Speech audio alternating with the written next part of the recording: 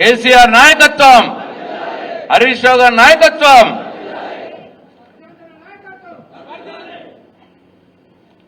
ఈరోజు ఈ కార్యక్రమానికి అధ్యక్షత వహిస్తున్నటువంటి కామారెడ్డి జిల్లా బీఆర్ఎస్ పార్టీ అధ్యక్షులు సోదరు ముజిబుద్దీన్ గారికి, ఉద్యమకారుడు తానాజీరావు గారిని మళ్ళీ తిరిగి సొంత ఇంట్లోకి తీసుకురావడానికి హైదరాబాద్లో చాలా పనులు, చాలా మీటింగ్లు ఉన్నా మరి వాళ్ళ ఉద్యమకారుని మళ్ళీ వెనక్కి తీసుకురావడం కంటే పెద్ద పని నాకు ఏముంటుందన్నా అని చెప్పి అక్కడి నుంచి ఇక్కడి దాకా మరి ఈరోజు గాంధారి దాకా వచ్చినటువంటి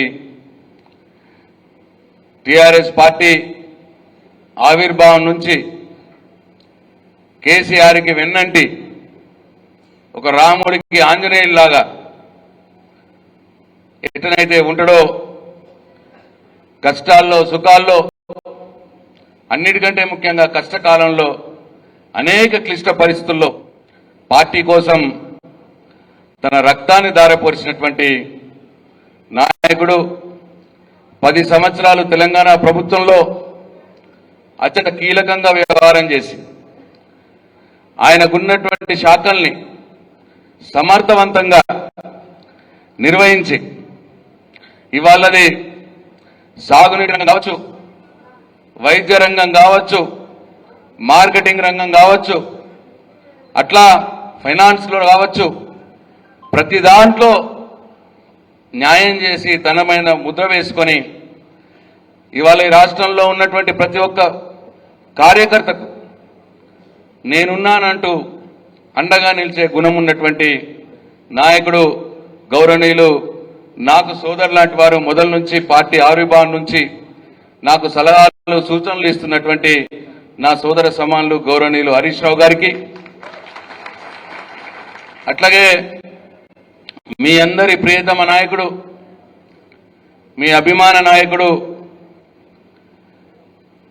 ఒక నాయకుల్లా దర్పం పోకుండా మీలో ఒకటిగా, మీకు అన్నగా, మీకు తమ్ముడుగా, మీ ఇంట్లో బిడ్డగా ఉంటూ మెదులుకుంటూ ఎల్లారెడ్డి నియోజకవర్గంలో అనేక అభివృద్ధి కార్యక్రమాలు చేపట్టినటువంటి తెలంగాణ తొలి ఉద్యమకారుడు, ఈ ఎల్లారెడ్డి నియోజకవర్గ మాజీ శాసనసభ్యులు, రేపు కాబోయే శాసనసభ్యులు సోదరులు సురేందర్ గారికి, అట్లాగే కామారెడ్డి జిల్లాలో సీనియర్ నాయకులు, మాజీ ప్రభుత్వ విప్, కామారెడ్డి మాజీ శాసనసభ్యులు గౌరవనీయులు పెద్దలు గంపగోధన్ గారికి, అట్లాగే కామారెడ్డి నిజామాబాద్ జిల్లా ఉమ్మడి నిజామాబాద్ జిల్లా పరిషత్ చైర్మన్ గా పనిచేసినటువంటి సోదరులు దఫేదార్ రాజు గారికి,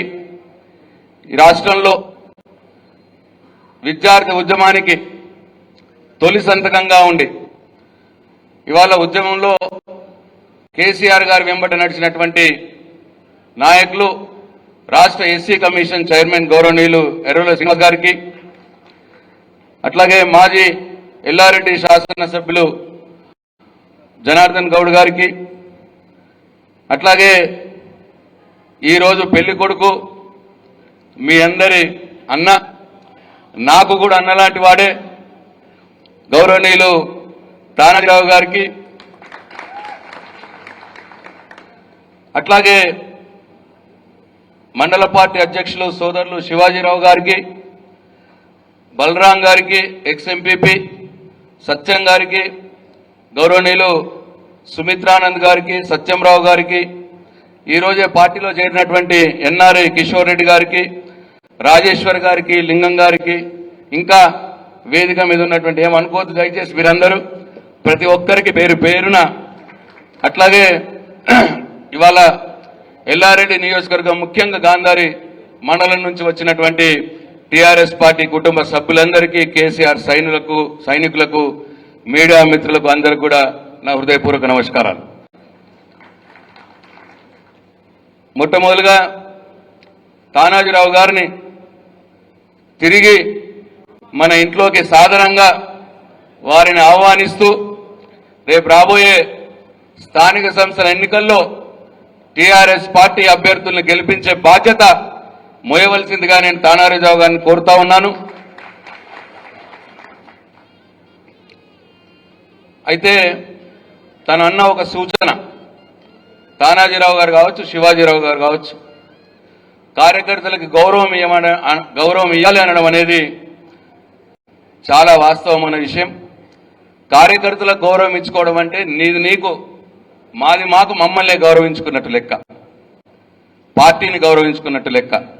కాబట్టి మీరు ఇచ్చిన సూచనని ఇక్కడ వేదిక మీద ఉన్న ప్రతి ఒక్కరం పాటిస్తామని చెప్పి మీకు మాట ఇస్తూ, అయితే తానాజీ అన్న ఒక మాట చెప్పిండు కానీ ఇంకో మాట చెప్పలేదు. తను మొన్న బీజేపీలోకి పోయిండు. నేను అడిగిన ఎందుకు పోయినావన్నా అని అంటే, అన్న ఏదో ఇక దేశం కోసమే, నేను మీకు దూరం కాలేదు, నేను పోతున్నా అని చెప్పి పోయినా అని చెప్పి అన్నాడు.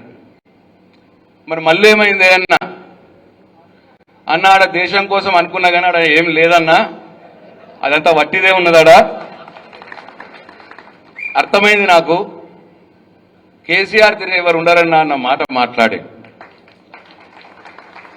నిజంగా కూడా తనన్న ఇంకో మాట అన్నాడు, రాష్ట్రం కోసం దేశం కోసం అనుకున్నా, రాష్ట్రం కోసం కూడా ఏమవుతుంది అనుకున్నా, కానీ రాష్ట్రం కోసం కూడా ఏమీ జరగదన్నా వాళ్ళతోటి, కేసీఆర్ తోటే జరుగుతుంది అని ప్రగాఢంగా నమ్మి మళ్ళీ నేను మన సొంత ఇంట్లోకి వస్తున్నా అని చెప్పి మాట మాట్లాడి వాస్తవమే.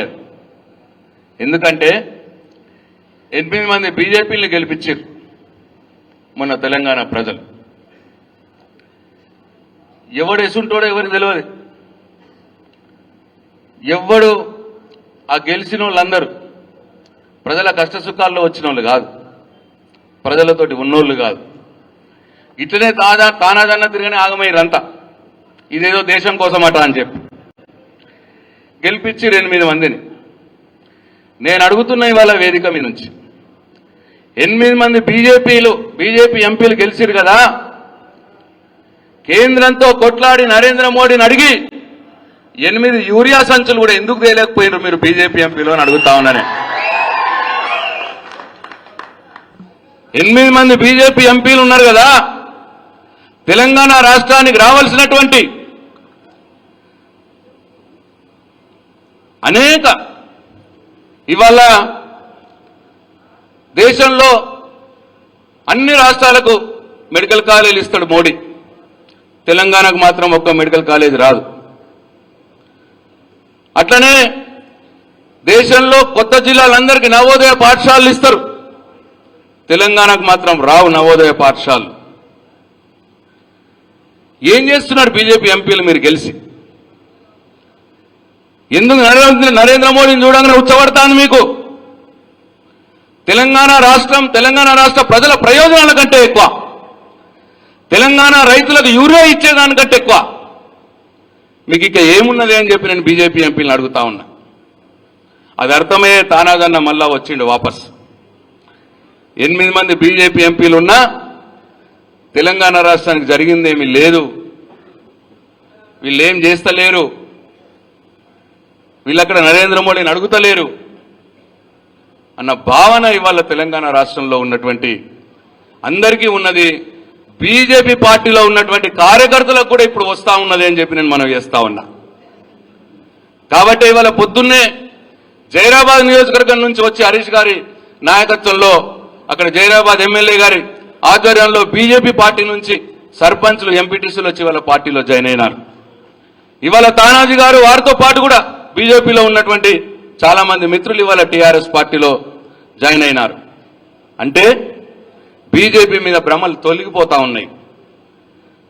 తెలంగాణ రాష్ట్రానికి బీజేపీ వల్ల ఒరిగేదేమీ లేదు. ఇవాళ ఈ తెలంగాణ రాష్ట్రం ట్యాక్సుల పేరు మీద జీఎస్టీ తదితర ట్యాక్సులు ఒక 7 లక్షల కోట్లు, ఇన్కమ్ ట్యాక్స్ ఒక 3-3.5 లక్షల కోట్లు, తెలంగాణ రాష్ట్రం నుంచి 10-10.5 లక్షల కోట్లు మనం ట్యాక్సులు కడుతుంటే ఇవాళ మన తెలంగాణకి ఇస్తున్నది కేవలం 4 లక్షల కోట్లు మాత్రమే వాపస్.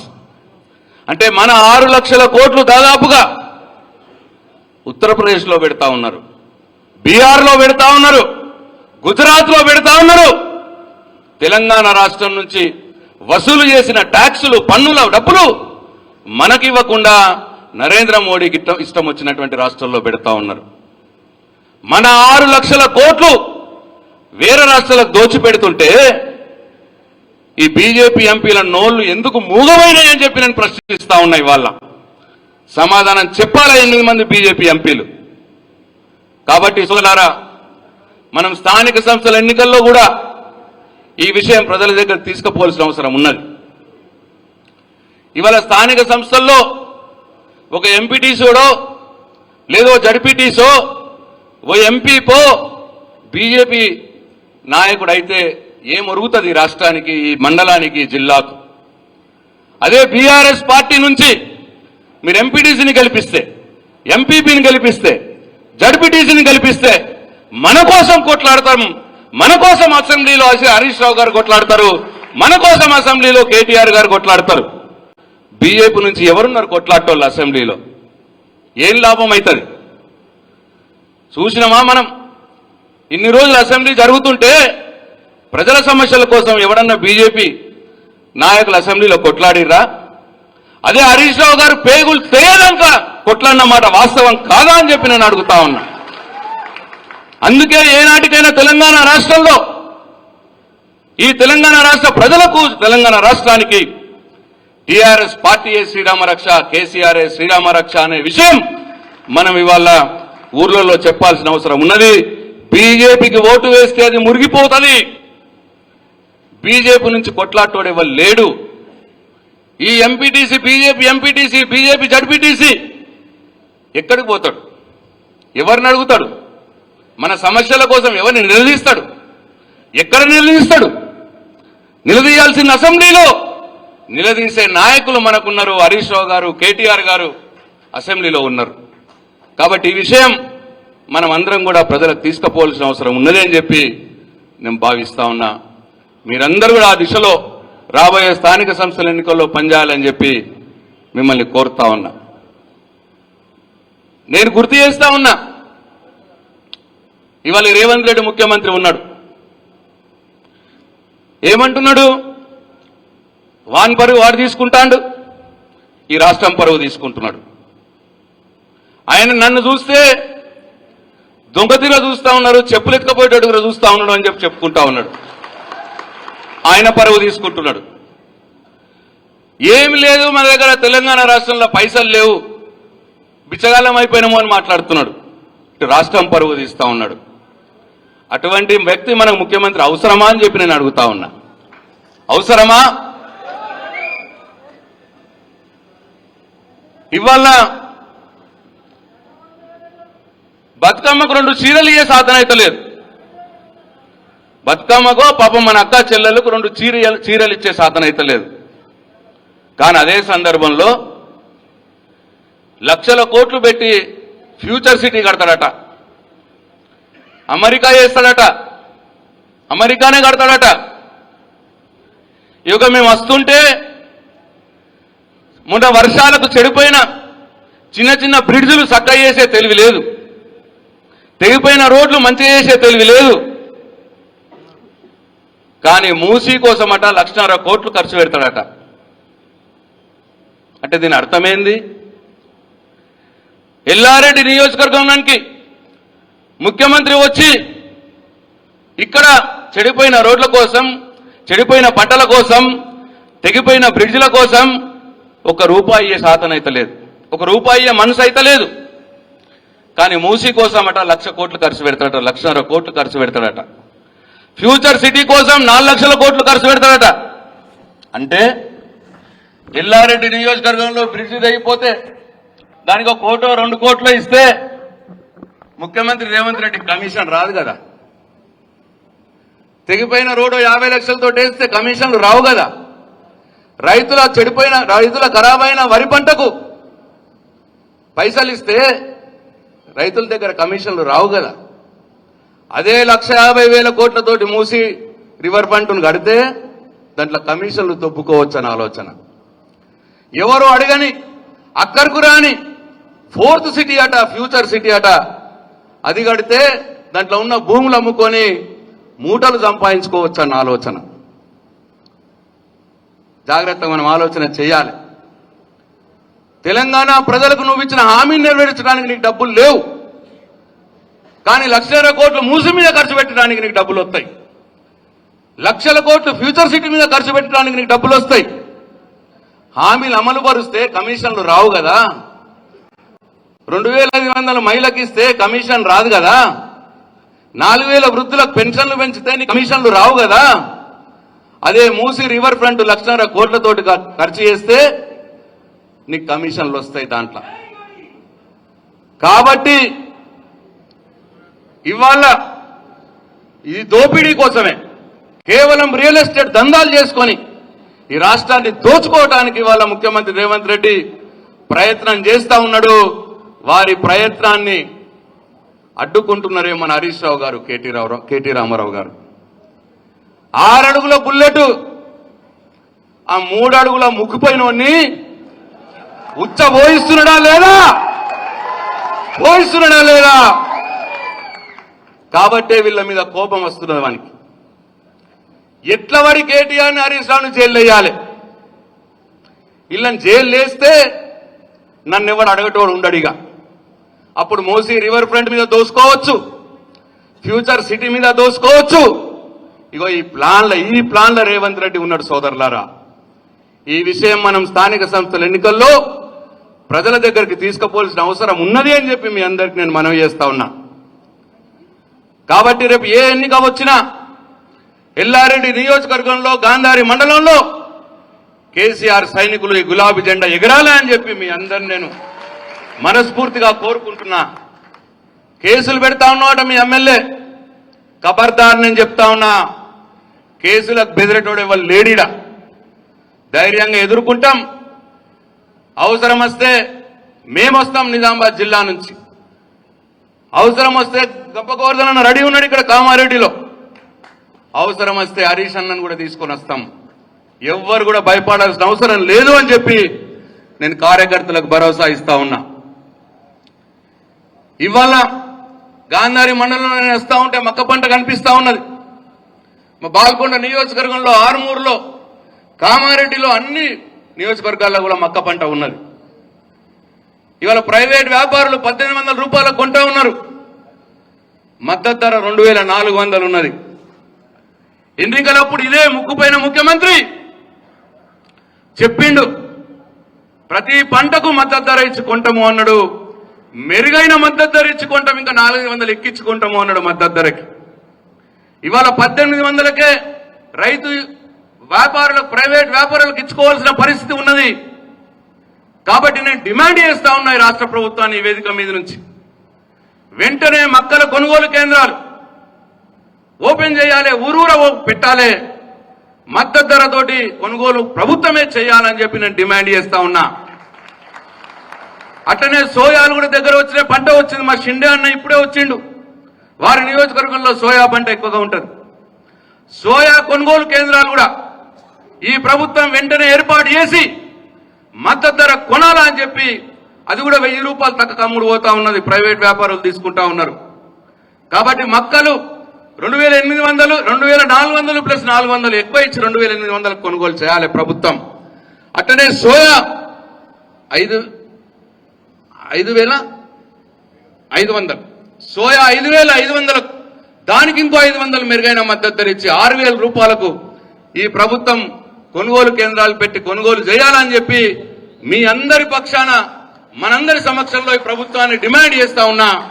తొందరగా ఈ పని జరగాలని చెప్పి నేను కోరుతా ఉన్నా. చివరగా హరీష్ అన్న గారికి టైం లేదు, నేను ఎక్కువ మాట్లాడేసిన క్షమించాలా. హరీష్ అన్న గారికి మనందరి పక్షాన అంత దూరం నుంచి వచ్చినందుకు కృతజ్ఞతలు తెలియజేసుకుంటూ, తానాజీ అన్నని మరొకసారి మనస్ఫూర్తిగా పార్టీలోకి ఆహ్వానిస్తూ సెలవు తీసుకుంటున్నా. జై తెలంగాణ. జై కేసీఆర్.